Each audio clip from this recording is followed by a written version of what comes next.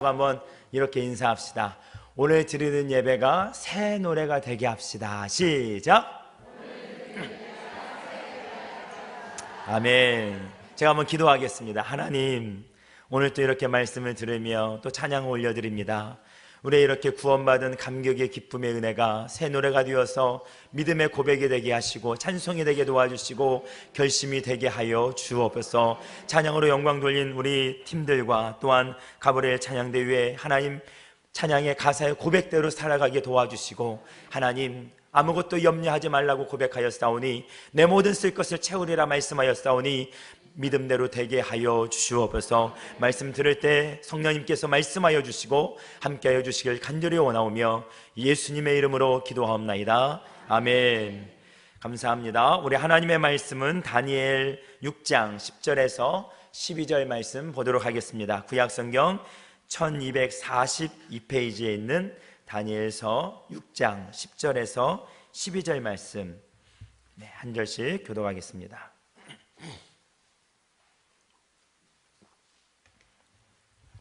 6장 10절 제가 먼저 읽고 여러분 읽고 12절을 같이 읽겠습니다. 다니엘이 이 조서에 왕의 도장이 찍힌 것을 알고도 자기 집에 돌아가서는 윗방에 올라가 예루살렘으로 향한 창문을 열고 전에 하던 대로 하루 3번씩 무릎을 꿇고 기도하며 그의 하나님께 감사하였더라.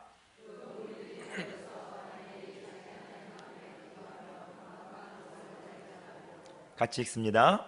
이에 그들이 나아가서 왕의 금령에 관하여 왕께 아뢰되, 왕이여, 왕이 이미 금령에 왕의 도장을 찍어서 이제부터 30일 동안에는 누구든지 왕 외에 어떤 신에게나 사람에게 구하면 사자굴에 던져넣기로 하지 아니하였나이까 하니, 왕이 대답하여 이르되 이 일이 확실하니 메대와 바사에 고치지 못하는 규례니라 하는지라. 아멘. 오늘 다니엘서 말씀입니다. 이 말씀은 너무나 많이 들었고 익히 아는 말씀입니다. 여러분, 이 말씀을 들으면 딱 뭐가 생각납니까? 뭐에 대해서 설교하겠다 감이 오십니까?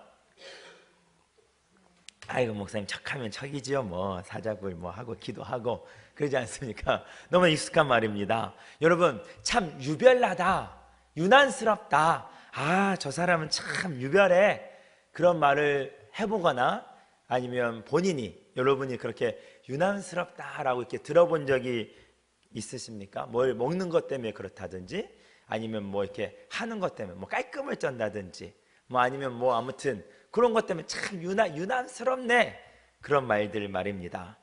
그런데 이걸 나쁜 쪽으로 이렇게 조금 흠을 잡으면서 말할 수도 있겠지만, 좋은 쪽으로, 그게 나쁜 쪽이 아니고 좋은 쪽으로 신앙생활에 있어서 유난스럽게 이렇게 헌신하고 유난스럽게 뭘 하는 거, 그런 거 있으십니까?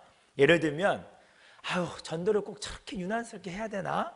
그런 말 중에 이렇게 좀 뭐 전철역에서 뭐 예수 전당 불신죠 막 그랬을 때 그런 말 말고, 우리 일상 생활 가운데서 평범하지만 좀 특별한 경우 말입니다. 아니면 기도를 꼭 그렇게 해야 되나? 신앙생활을 꼭 저렇게 유난스럽게 유별스럽게 꼭 해야 되나? 요즘 시대가 어떤 세대인데, 그런 말들 말입니다. 그래서 저도 말씀을 준비하면서 묵상하면서 나에게 유난스러운 건 뭐가 있을까 한번 생각해 보았어요. 별로 없더라고요. 근데 한 가지 굳이 이렇게 말을 하자면, 부끄러운 고백을 드리자면, 우리 교회 새벽 예배 설교가 끝나면 이렇게 같이 기도하고 돌아가지 않습니까? 그럴 때 요즘에는 요 앞에서 이렇게 그 힘을 모아서 기도하는 우리 성도님들이 많이 계십니다. 뭐 청년이 됐든 어른이 됐든 많이 기도하시는데, 제가 벌써 한 2년 이제 돼가고 있는 것 같습니다. 2년인지 뭐 2년 지났는지 좀 뭐 기간은 중요한 거 아니고, 처음 제가 앞에 나와서 기도를 좀 했습니다. 큰 소리로. 또 제가 목소리가 좀 이렇게 크잖아요. 그래가지고 할렐루야 이렇게 하면서 기도를 이렇게 했는데, 그때는 없었어요. 이렇게 앞에서 나오셔서 기도하시는 분이. 제 마음 가운데 그때 어떤 마음이었냐면, 두 가지 마음이었습니다. 내가 새벽을 좀 깨워야 되겠다, 그리고 이렇게 좀 영성으로 좀 이렇게 일어나야 되겠다, 그런 마음이 있었고, 나뿐만이 아니라 우리 교회 새벽에 기도하는 흐름과 기도하는 이런 뭐 분위기라기는 좀 그렇지만 기도하는 그런 영적인 흐름이 정말 좀 뜨거워졌으면 좋겠다. 그런 마음이 내심 있었습니다. 그래서 혼자 나와서 기도하고 그랬는데 옆에 이렇게 누가 한 명이 이렇게 생기더라고요. 근데 이쪽에도 이렇게 한 명이 생기고 참 좋았습니다. 그런데 그때 제일 힘들었던 거는 이 유난스럽다였어요. 뭐 기도하는 게 뭐가 어떻다고, 소리 내서 기도하는 게 뭐가 어떻다고. 그렇지만 꼭 제가 또 신분이 우리 교회 안에서 목사다 보니까 목사가 앞에 나와서 기도하는 건 이상한 눈으로 볼 수도 있고, 뭐 보이려고 저렇게 기도하는 것 같기도 하다 그러고, 뭐 그런 말이 왜 안 들려왔겠습니까? 그런 말이 왜 들려왔을 때 마음이 조금 무거웠어요. 이게 그런 게 아닌데 이걸 그냥 접어야 되나? 그냥 이렇게 해야 되나? 그런데 그냥 하나님 앞에 하기로 했으니까 한번 해보자.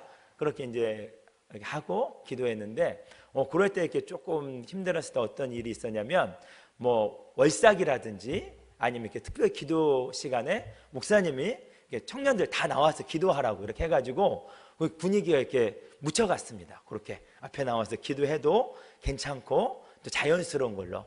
그래서 요즘에는 이렇게 기도할 때 많은 분이 나오셔서 기도하셔서 좀 눈에 안 띄는 것 같아서 감사하고 또 편하고 그렇습니다. 근데 또 이게 때로는요, 내가 또 앞에서 하다가 또 안 하고 싶을 때가 조금 더 있을 때도 있어요. 안 하고 싶은 건 아니고 못 하고 싶을 때.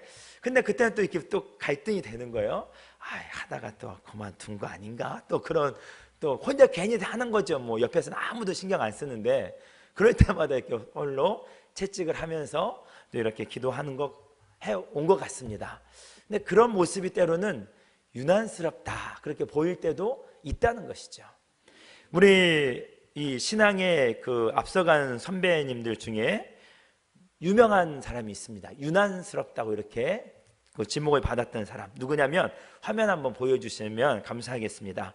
이 누구냐면 이름은요 에릭 리들이라는 사람입니다. 이 사람은요 보이십니까? 뭐 하는 장면이냐면 달리기 하는 장면이죠. 위에는 달리기 결승골 이렇게 결승점 들어가는 장면이고, 밑에도 써 있군요. 불의 전차라고 이렇게 써 있습니다.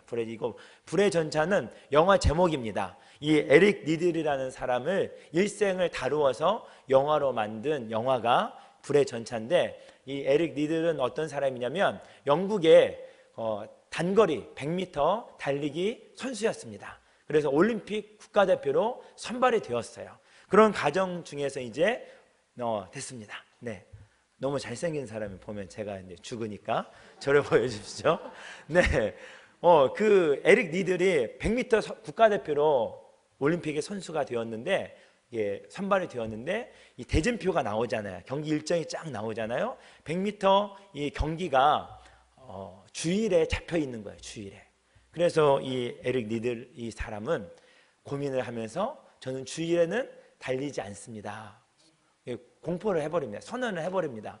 그러니 얼마나 많은 비난이 있었겠습니까? 그냥 동네 달리기 하는 것도 아니고 그 나라도 아니고 세계적인 올림픽에서 나라의 대표로 가서 달리기를 해야 되는데, 금메달리스트인 이 사람이 저는 주일에는 달리지 않습니다. 그러니 좀 많은 매스컴에서 질책을 하면서 유별나다, 유난하다 막 그런 말들을 많이 하였습니다. 그런데 끝까지 달리지 않고 이렇게 했습니다. 그런데 또 하나님의 은혜로 우연치 않게 이렇게 400m에 출전할 수 있는 자격을 받았습니다. 100m 선수하고요, 이게 100이죠. 100m 선수하고 400m하고는 너무 다릅니다. 단기간에 달리는 거하고 400m 달리는 거하고는 너무 이렇게 스타일이 다르거든요. 그래서 그냥 참여하는 의미로 한번 나가라 그런 말로 참여를 했습니다. 그리고 모든 그 당시 올림픽의 초점이 관심사가 400이었습니다.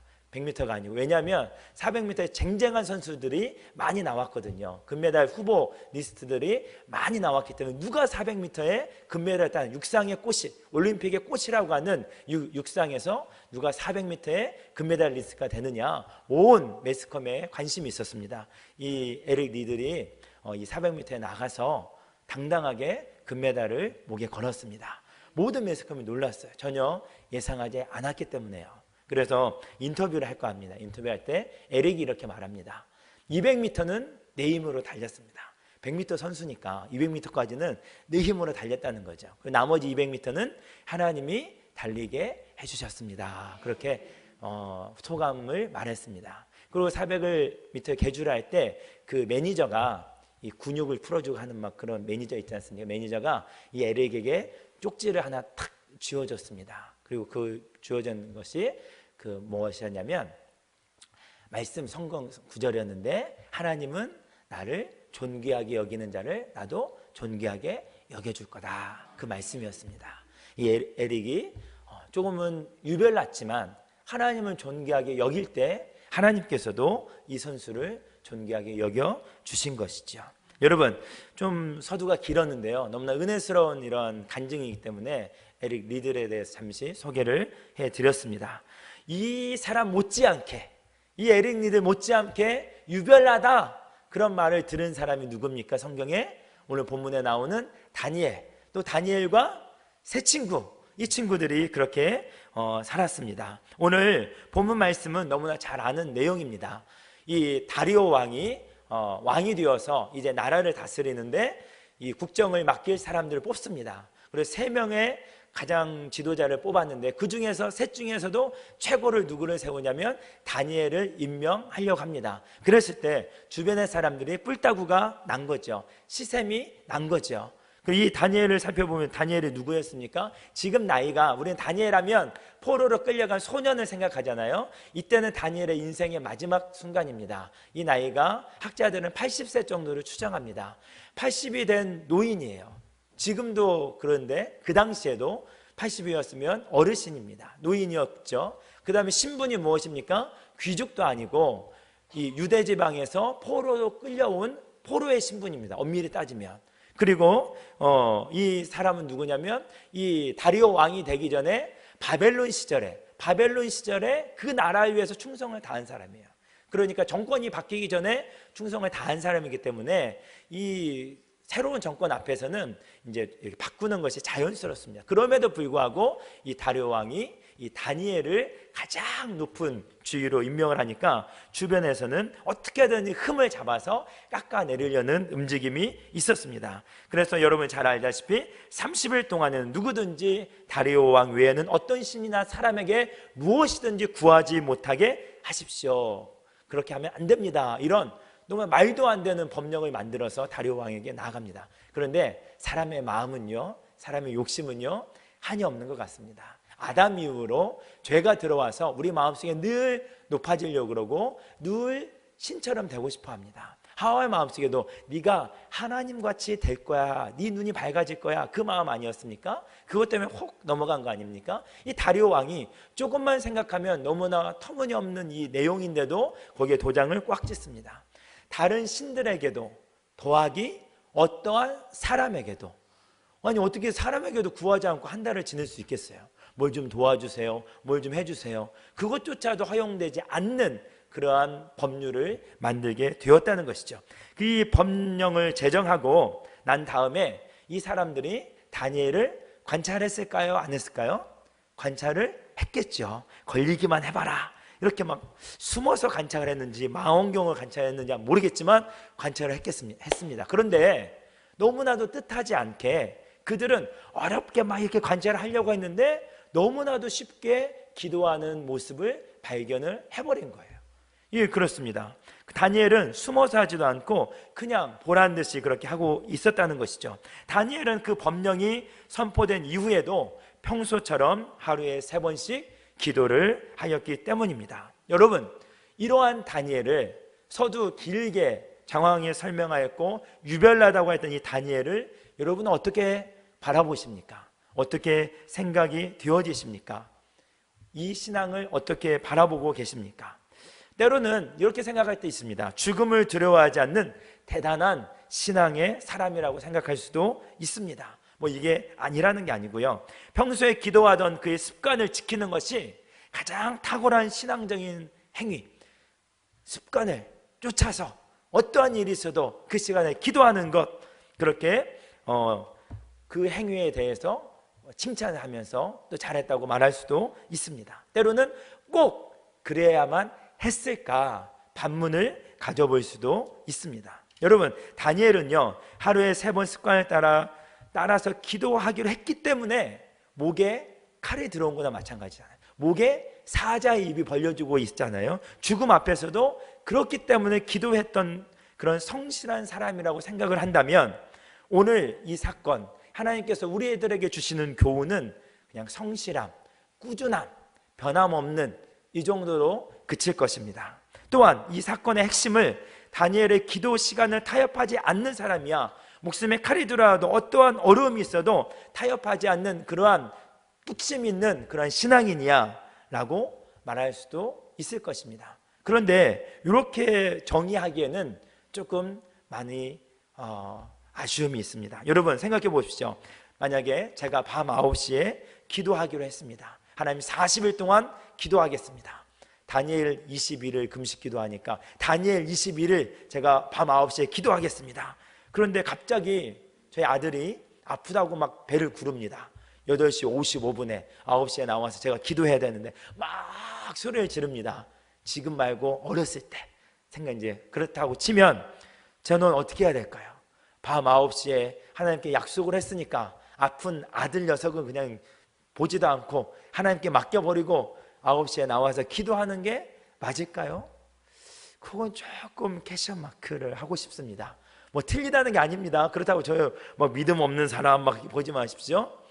약속된 시간에 기도해야 되겠지만 상황에 따라서는 그것만을 고집하는 게 가장 올바른 건강한 신앙의 모습은 때로는 아닐 수도 있다는 것이죠.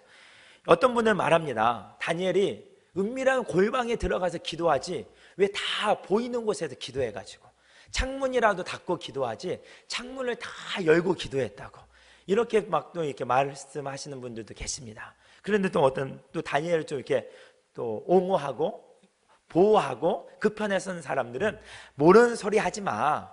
그 당시 이 가옥, 집 형태를 생각해 보면 지금처럼 이렇게 창문이 아니야. 창문을 열고 기도했다고 하지만 그 당시에 창문은 그냥 이렇게 그 성벽과 같은, 또 위에 올라갔기 때문에 창이 없고 뚫려 있는 창이야. 그냥 다니엘이 일부러 열은 게 아니고 다 열려 있는 창이야.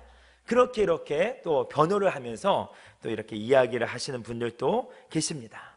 뭐 이것든 저 말이든 여러분은 어떤 생각이 드십니까? 그렇지만 제가 드리고 싶은 말씀은 이러한 논쟁이 별로 의미가 없다는 것이죠. 다니엘은 지금 이 문제가 습관대로 기도한 것이든지 아니면 다른 것이든지 그게 중요한 것이 아닙니다. 30일 동안 기도하지 않는다고 해서 하나님이 다니엘을 버리시지 않을 것입니다. 오히려 이런 상황 속에서 고집스럽게 기도하는 습관은 다니엘뿐만 아니라 또 그렇게 어쩌면 숨어서 기도하였던 다른 사람들의 그 신앙인들도 적발이 되어서 위험을 당할 수 있는, 다른 사람들에게도 어려움을 빠뜨리게 할 수 있는 그런 행동도 되어질 수가 있었습니다.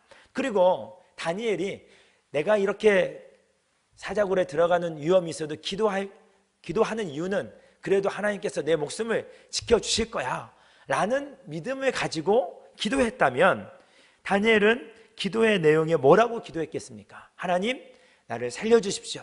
하나님, 다리오의 마음을, 왕의 마음을 바꿔주십시오. 뭐 그런 내용의 기도를 했지 않겠습니까? 그런데 오늘 성경에 나와 있는 다니엘의 기도의 내용은 어떻게 기도했다고 말하냐면, 다니엘은 그날도 평소 하던 대로 기도하며 그의 하나님께 감사하였다라고 말하고 있습니다. 감사의 기도를 똑같이 드렸다는 것이죠. 여러분, 이게 무엇을 의미하고 있습니까? 다니엘이 바벨론 포로로 끌려가서 그때부터 이스라엘 백성들이 기도를 하였습니다. 어떤 기도를 하였냐면, 이 솔로몬이 말한 내용이 있습니다. 성전을 향해 기도하는 우리 모든 백성들의 기도를 들어 주옵소서. 또 하나님께서 네 성전에서 기도하는 기도를 내가 응답하리라 이렇게 약속해 주셨기 때문에 이 포로로 끌려간 다음에 이 상황 속에 백성들은 회복의 기도를 하였고 하루에 3번씩 시간을 정해서 하나님께 기도를 시작하게 되었던 것이죠. 평소에 다니엘이 드렸던 이 기도는 바로 이 기도였을 것입니다. 다니엘서 9장에 나오면 이렇게 내용이 나옵니다. 이스라엘을 대신하여서 죄를 자복하는 기도가 나옵니다. 하나님의 용서와 회복을 구하는 기도가 나옵니다. 우리 다니엘서 몇 구절만 한번 읽어보겠습니다. 9장 3절 보면 처음 시작을 이렇게 합니다. 내가 금식하며 베옷을 입고 죄를 덮어쓰고 주 하나님께 기도하며 간구하기를 결심하고, 그 다음에 넘어가서 5절에 보면 우리는 이미 범죄하여 패역하며 행악하며 반역하며 주의 법도와 규례를 떠났사오니, 죄를 자복하는 것이죠. 다니엘이 그 당시에 기도했던 내용입니다. 우리가 범죄하였습니다. 우리가 패역하였습니다. 용서하여 주십시오. 17절에 보면 그래서 그러한즉 우리 하나님이여 지금 주의 종의 기도와 간구를 들으시고 주를 위하여 주의 얼굴빛을 주의 황폐한 성소를 비추시옵소서. 17, 18절 같이 한번 있으면 시작. 나의 하나님이여 귀를 기울여 들으시며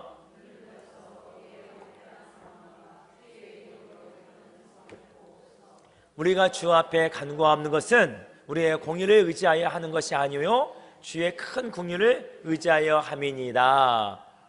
아멘. 그렇게 기도하고 있습니다. 다니엘 시대에 사람 다니엘뿐만이 아니라 많은 사람들이 예루살렘을 향해서 기도하였는데 그 기도의 내용은 첫 번째는 자복하는 마음, 회개하는 마음, 우리의 잘못이 이렇습니다. 그럼에도 불구하고 하나님 우리를 회복하여 주시고 긍휼을 여겨 주옵소서, 그런 기도를 드렸다는 것이죠. 그런데 오늘 이 본문에 나와 있는 이 기도는 조금은 다른 기도입니다. 왜냐하면 다리오는 지금 자신을 신으로 여기고 있습니다. 나 외에 다른 신에게 기도하거나 무엇을 구하게 하지 말아라. 신과 다리오 자신이 동격으로 지금 인정을 하고 있는 것입니다. 그렇기 때문에 어떤 신에게도 어떤 사람에게도 기도를 하지 못하게 하였습니다. 그러니 다니엘이 만약에 숨어서 기도를 한다고 생각해 보십시오. 그러면 다리오를 비롯해서 또 모든 사람들이 다리오가 참 신이다, 이것을 다 인정한다고 생각할 것입니다. 남들이 보기에 다니엘도 기도하지 않아요. 다니엘도 하나님께 기도하지 않고 가만히 있으면 다리오에게 또 구하고 그렇다면 그렇게 생활을 하면 다니엘도 다리오가 참 신이다라고 인정하고 있구나라고 생각할 것이라는 것이죠. 지금 다니엘의 앞에 놓인 문제는 내가 기도를 하느냐 안 하느냐 그 문제가 아니고 다니엘의 믿음의 고백의 문제라는 것이죠. 지금 다니엘은 오직 여호와 하나님 한 분만을 나는 섬깁니다, 이거 신앙의 고백을 해야 된다는 것이죠. 내가 안 하고 있으면 나 또한 다니엘 나 또한 다리오가 신입니다 라는 것을 인정하는 것밖에 안 된다는 것이죠. 여러분, 다리오가 하나님을 대신할 수 없습니다, 이 말을 다니엘은 외치고 싶었던 것입니다.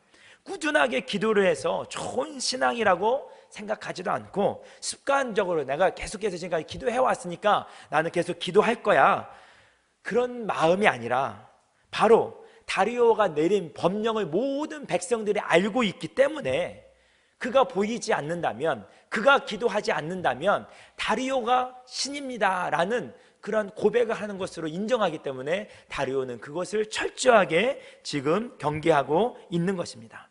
지금 기도는 다니엘이 어떤 신도 아닌, 다리오도 아니고 그 어떤 신도 아닌 여호와 하나님만을 나는 섬기겠습니다 라고 고백하는 믿음의 행동으로 보여주고 있다는 것이죠. 나 외에 어떤 사람이나 신에게도 구하지 말라, 이 다리오 법령 앞에 나는 나의 하나님 여호와로 인하여 감사하고 있습니다. 나는 다리오 당신이 아니라 내가 섬기는 여호와 하나님 때문에 나는 지금도 감사하고 있습니다 라고 기도하고 있다는 것이죠. 이 행위는 어떤 행위하고 똑같냐면 느부갓네살 왕이 큰 신상을 만들어 놓고 여기에 다 절해라 했을 때 나는 느부갓네살 당신의 신상 앞에 절하지 않습니다, 나는 하나님만을 섬깁니다 라고 고백하였던 다니엘의 세 친구들의 신앙의 행동과 지금 똑같은 신앙의 행동을 보여주고 있다는 것이죠. 여러분, 그러니까 지금 30일만 기도하면 되지, 기도하지 않고 기다렸으면 됐는데 그냥 보이지 않는 데서 모르게 좀 기도하시지, 그냥 습관대로 기도하지 말고 조금만 참으시지, 기타 등등의 그런 많은 그런 질문들은, 그런 의구점들은 의미가 없다는 것이죠. 다니엘은 지금 그것 때문에 기도하는 게 아니고 하나님만이 참 하나님입니다, 이것을 막 말하고 싶고 고백하고 싶고 보여주고 싶은 마음 때문에 지금 기도를 멈출 수가 없었다는 것이죠. 다니엘은 단순히 목에 칼이 들어와도 기도하는 습관을 멈출 수 없어서 기도하는 것이 아니라는 것입니다. 여러분, 그는 목숨을 걸고 지금 신앙의 고백을 하고 있는 것입니다. 다리오가 아닌 여호와가 내 하나님이십니다. 그것을 성경에서는 하나님께 감사하였더라라고 표현합니다. 이게 무슨 말입니까? 이 감사는 어떤 상황에 대한 감사가 아닙니다. 형통하게 해주셔서 하는 감사가 아니라는 것이죠. 여호와 하나님이 다니엘, 내 자신의 생명의 주인이 되어주시고 구원의 반석이 되어주시고 나의 구원자가 되어주시니 감사합니다라는 그런 감사의 고백을 드렸다는 것입니다. 다시 한번 정리해보면 다리오 당시 아니라 나는 여호와 하나님 때문에 내 목숨이 어떻든 그게 중요한 게 아니고 나는 그 하나님 때문에 나를 구원해 주신 그 하나님 감사합니다, 그렇게 고백하고 있다는 것이죠. 여러분, 우리는 이 세상에서 내 자신을 최고로 만들어 주겠다는 수많은 유혹 속에서 살아가고 있습니다. 때로는 재물의 유혹이, 때로는 명예의 유혹이 그렇습니다. 어쩌면 우리가 잘 안 되는 그런 환난과 낙심되는 마음이 그런 유혹을 또 만들 수도 있습니다. 때로는 새벽마다 시간을 정해놓고 기도하는 것, 아니면 어떠한 특정한 시간에 기도하는 것조차도 이런 유혹에 빠질 때가 있습니다. 무슨 말입니까? 기도하는 그 목적이 내가 잘되고 내가 번성하고 내가 주인이 되고 싶은 마음에 하나님은 단순히 도구로 사용하는 것이죠. 마치 도깨비 방망이와 같이 하나님 나를 좀 잘해주세요, 하나님 나를 형통하게 해주세요, 나를 번영하게 해주세요, 건강하게 해주세요. 도깨비 방망이 때리면 다 이루어지듯이 하나님의 등에 업고 내가 주인이 되고 싶은 마음에 빠지고 싶은 그런 유혹이 많이 있다는 것이죠. 여러분, 오늘 다니엘의 기도는 하나님이 내 인생의 주인입니다 라는 고백입니다. 하나님이 원하심에 따라서 하나님이 원하는 대로 나는 살겠습니다 라고 고백하는 헌신의 고백인 것입니다. 여러분, 환난 가운데서 건져달라고 몸부림치는 기도가 때로는 그 기도까지도 하나님은 뒷전을 하고 내가 주인이 되고 내가 앞장서려는 그런 마음가짐 속에서 기도할 때가 많이 있다는 것이죠.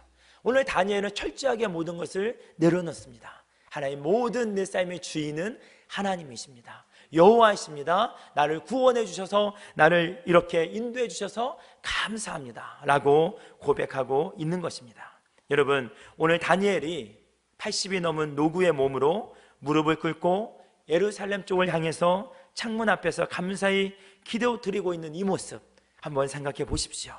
이 다니엘을 생각할 때 말없이 감사의 마음이 나옵니다. 정말 그런 믿음의 신앙의 유인들이 있음을 정말 감동이 되고 감사한 마음이 생깁니다. 다리오가 주인이 아니라 여호와가 주인인가, 이 결정 앞에서 다니엘은 선택해야 됐습니다. 다리오가 주인입니다 라고 선택하면 그의 인생은 피는 것이죠. 쭉 형통의 길이 약속되어 있는 것이죠. 그럼에도 불구하고 그 결정 앞에서 하나님이 나의 주인입니다 라고 선택하면서 여호와만이 나의 주인입니다 라고 고백하면서 죽음을 대면하고 있는 그의 모습이 우리를 부끄럽게 만들고 정말 부럽게 만들고 그 모습 앞에 고맙게 느껴지는 모습입니다.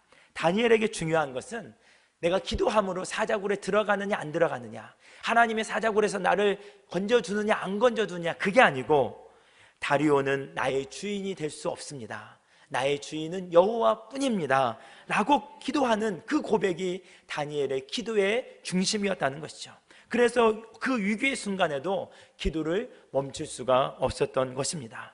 나는 성공과 실패에도, 나의 형통과 환난 속에서도 그 어떤 경우에도 나는 주님만을 섬기겠습니다, 나의 주인은 여호와이십니다 라는 고백을 우리는 기도를 통해서 해야 될 줄로 믿습니다. 그렇게 기도할 때 우리의 기도가 더욱더 절실해지고 우리의 기도가 믿음의 고백이 될 줄로 믿습니다.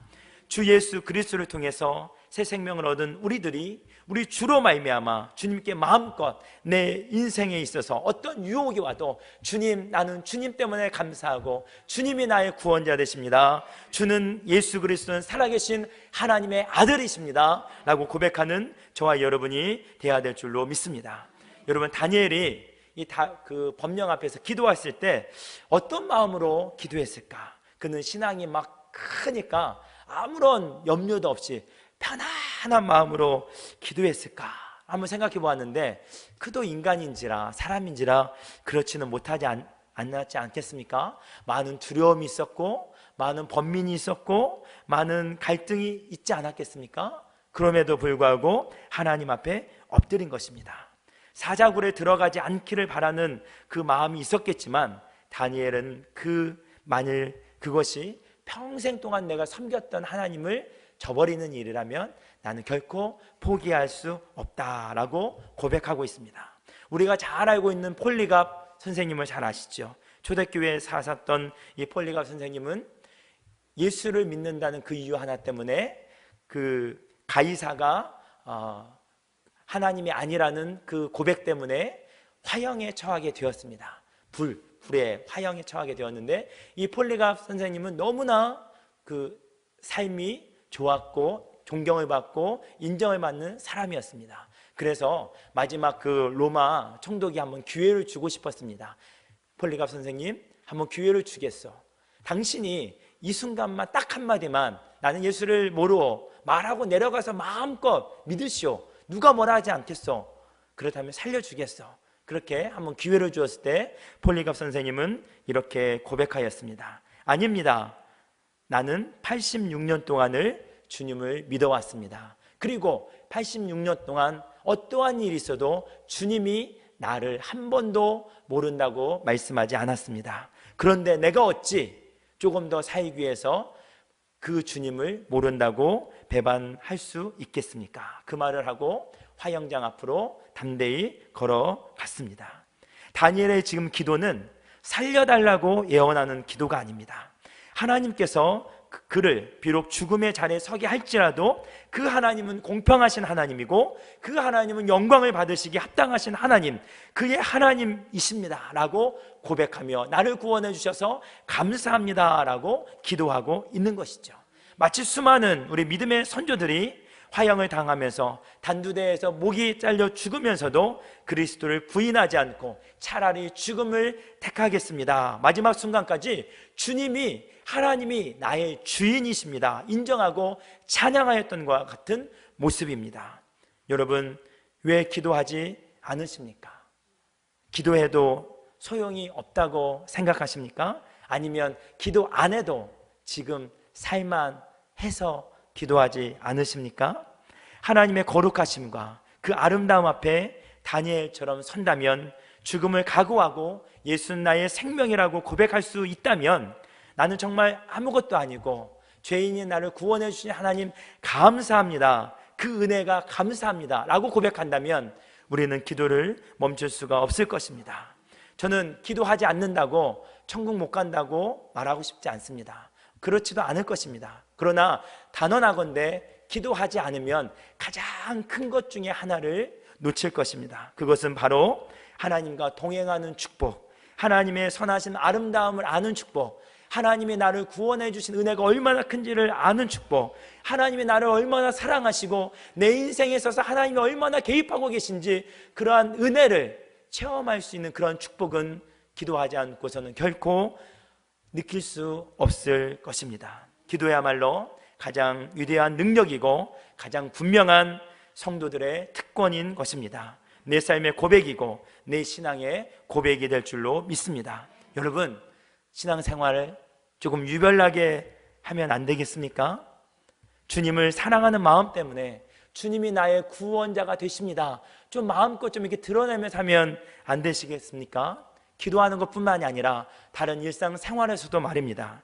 예를 들면 때로는 술자리에서 분위기를 망치면서 사이다 한 잔 들면서 같이 건배하면서 주님이 나의 주인이십니다. 그렇게 고백하면 안 되겠습니까? 여러분, 찌질이 1년 동안 갯돈 부어놓고 여행 가려고 했는데 개원들이 다 일요일 꼭 껴서 가야 된다고 그러면 갯돈 안 돌려줘도 포기해버리고 예배 자리에 나오는 유난을 떨면 안 되겠습니까? 여러분, 내 자녀가 성적이 조금 안 나오고 다른 사람은 다 학원에 보낸다고 그러지만 나는 주일에는 네가 예배 자리에 있었으면 좋겠다, 좀 유난 떨고 예배 자리에 보내는 부모가 되면 안 되겠습니까? 우리는 때로는 이런 마음들, 이런 모습들이 유난 떤다라는 표현으로 절감되고 있는 현실에 살고 있습니다. 존경하는 마음이 아니라 꼭 그래야 돼. 어쩌면 그 마음속에는 나는 그렇게 하지 않아, 요즘의 신세대는 그렇지 않아 라는 마음이 깔려 있지는 않습니까? 에릭 리들과 같은 훌륭한 사람을 보면서도 예전에나 그랬지 지금은 당연히 출전해야지, 그런 마음으로 합리화를 시키고 있지는 않습니까? 다니엘은 그가 기도했던 이유는 나의 주인은 오직 하나님이십니다 라고 고백하는 유난스러움을 표출한 모습이었습니다. 여러분, 지난 여름 성경학교가 끝나고 한 집사님으로부터 막 이렇게 상기된 모습, 즐거움에, 기대하는 마음이 즐거운 모습에 있는 모습을 보았습니다. 뭐가 그렇게 좋으세요? 그랬더니 목사님, 제가요 하루 우리 아내하고 아들하고 딸하고 네 식구가 여행을 가게 되었어요 그러는 거예요. 1박 2일도 아니고 하루. 그래요? 그게 그렇게 좋으세요? 그랬어요. 그랬더니 목사님, 그러면 이야기를 하는 거예요. 여름 성경학교 교사로 섬기다 보니까 지금까지 5년, 7년, 10년 동안 한 번도 여름에 가족 휴가를 못 갔다는 거예요. 3박 4일 동안 2박 3일, 3일을 휴가를 주는데 회사에서 3일 동안 성경학교를 해야 되니까. 그런데 올해는 성경학교를 목금토로 해가지고 토요일은 원래 쉬는 날이니까 휴가를 안 내도 돼서 휴가를 이틀만 내고 휴가 하루가 남아가지고 온 식구들하고 하루, 2박 3일도 아니고 해외여행도 아니고 하루 그냥 저기 지방에 내려가가지고 쉬고 오는데 그렇게 들떠있는 모습을 제가 들었습니다. 그걸 들으면서 마음이 좀 먹먹했습니다. 제 자신도 돌아보고요, 저도 휴가가 있었거든요. 1년도 아니고 2년도 아니고 한 10년 정도를 교사를 봉사하면서 한 해도 가족과 함께 휴가를 한 번도 보내지 못했던 그 말이 때로는 유난스럽다라고 보여줄 수도 있겠지만 그 모습이 주님이 나의 주인이십니다 고백하며 나아가는 그런 모습이 아닌가. 어떠한 일이 있어도 주님이 나의 최고봉이십니다, 그러한 모습을 살고 가고 있는 모습이 아닌지 감사의 기도를 드리게 되었습니다. 누군가의 보이기 위함이 아니라 그렇게 하면 잘 되겠지, 내가 이렇게 하면 하나님 축복해 주겠지, 그러한 논리가 아니라 그냥 주님이 좋아서, 그냥 주님을 사랑해서 너무나 좋아서 유별나게 하나님께 표현하면서 살아가는 그것이 은혜이고 그것이 하나님께 드릴 수 있는 최고의 축복이 아닌가 싶습니다. 우리 이 시간 같이 한번 기도하겠습니다. 이 시간 기도할 때 함께 기도합니다. 하나님, 내가 이제 내 신앙을 되돌아보면서 좀 유별나게 살고 싶습니다. 누가 뭐라 한다 할지라도 하나님이 좋아서 기도하겠습니다. 하나님이 좋아서 봉사하겠습니다. 하나님이 좋아서 헌신하겠습니다. 주님, 이 마음 놓지 않게 도와주시고 목에 칼이 들어온다 할지라도 주님이 나의 주인이 되십니다. 회사에 어떤 어려움이 있다 할지라도, 가정에 어떤 어려움이 있다 할지라도, 내 앞길에 어떤 어려움이 있다 할지라도 주님이 나의 주인이 되십니다. 이 기도만큼은, 이 모습만큼은 포기할 수 없습니다. 나를 사용하여 주옵소서 결심하면서 이 시간 주여 한번 부르시어 통성으로 기도합니다.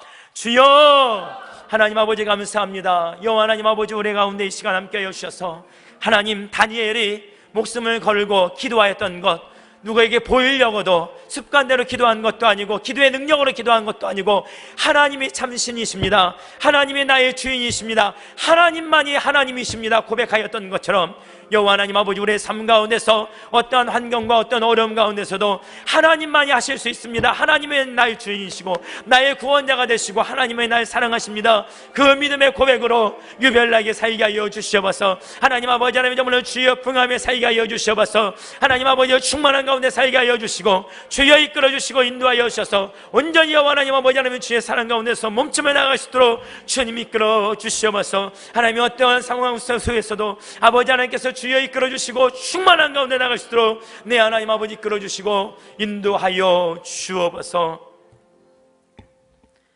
하나님 아버지, 우리들 때로는 너무나 이것 재고 저것 재고 하나님이 그렇게 살아갈 때가 너무나 많이 있었습니다. 오늘 다니엘은 어떠한 환경 속에서도 하나님만이 나의 주인이 되어 주십니다.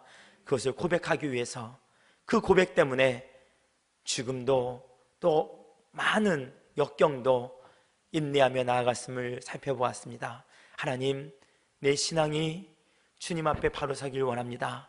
누구에게 보일 것도 아니요, 무엇을 위함도 아니고 무슨 축복을 받으려 하는 것도 아니고 날 구원해 주신 그 하나님의 은혜에 감격해서 그 하나님이 나의 주인이 되심을 고백하면서 멋있는 신앙생활을 할 수 있도록 주님 도와 주옵소서.